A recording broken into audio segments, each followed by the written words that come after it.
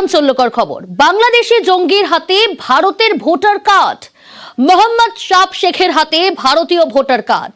বাংলাদেশের রাজশাহীর বাসিন্দা, 10 বছর আগে হরিহর পাড়ায় আস্তানা, হরিহর পাড়ায় কেদারতলায় কাকার বাড়িতেই আস্তানা, পরে ভুয়ো নথি দেখিয়েই ভোটার কার্ড তৈরি। আরো ডিটেল জানাবো আপনাদের। প্রণব রয়েছে আমার সঙ্গে। প্রণব, কিভাবে বাংলাদেশি জঙ্গির হাতে ভারতের ভোটার কার্ড?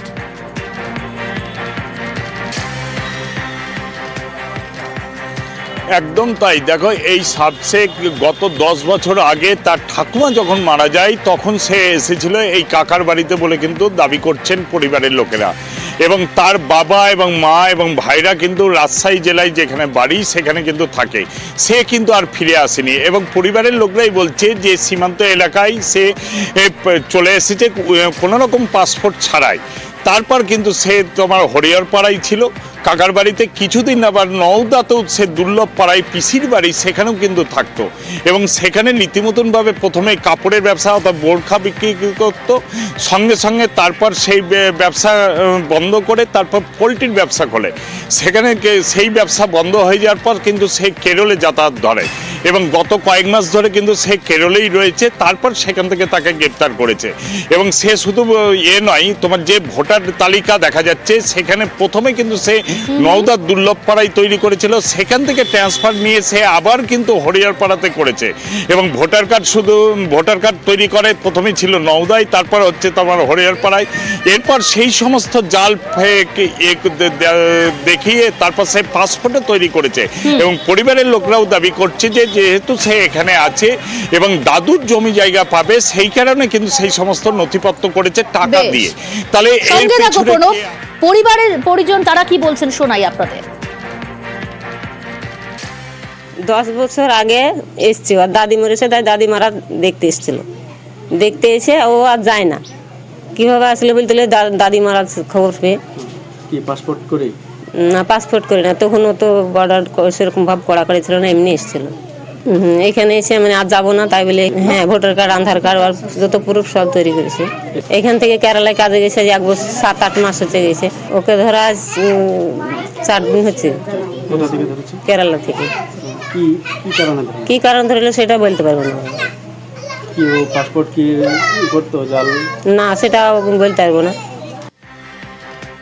রাজশাহীর বাসিন্দা শাব শেখ 10 বছর আগে চলে আসে, কিন্তু কিভাবে চলে আসলো জানাবে। প্রণব রয়েছে। প্রণব, 10 বছর আগে রাজশাহীর বাসিন্দা এই শাব শেখ কিভাবে এলো?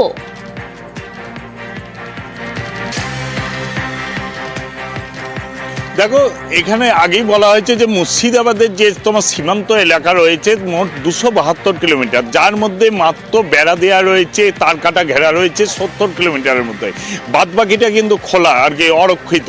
এবং সেই যে অরক্ষিত থাকার সুযোগ নিয়ে এই পদ্মা পাড়ের জল এই সময় কমে যায়, সেই সময় কিন্তু অবাধে এই অনুপ্রবেশ চলে। বর্তমানে একটু কড়াকড়ি হলেও কিন্তু আগে কিন্তু এই অবাধের তোমার লেনদেন থেকে, যাতায়াত থেকে সামান্য কিছু টাকা দিলেই এই সীমান্তে কিন্তু পারাপারের করা যায়, এবং সেই সুযোগটাই কিন্তু এই শাব শেখের মতন অনেকেই নিয়েছে। এবং সেই শাব শেখকে তথ্য দেখে এখন গেটে আর কে সেই সময় এসেছে, এই ধরনের অনুপ্রবেশ ঘটেছে, সেটাও কিন্তু তদন্ত করে দেখছে তদন্তকারীরা। বেশ, সঙ্গে থাকো।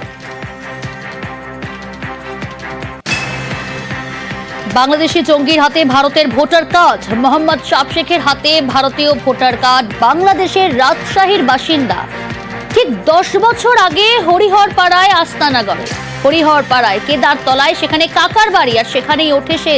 পরে ভুয়ো নথি দেখিয়ে ভোটার কার্ড তৈরি। নওদায় পিসির বাড়ির ঠিকানায় ভোটার কার্ড।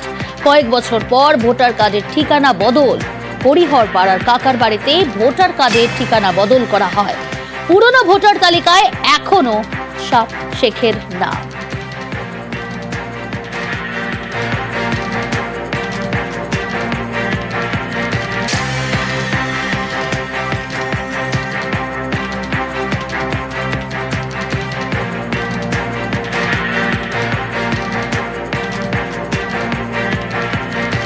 এদিকে ভোটার কার্ড দেওয়ার আগে নির্বাচন কমিশনের উচিত আরো সতর্ক হওয়া, বললেন ফিরহাদ হাকিম।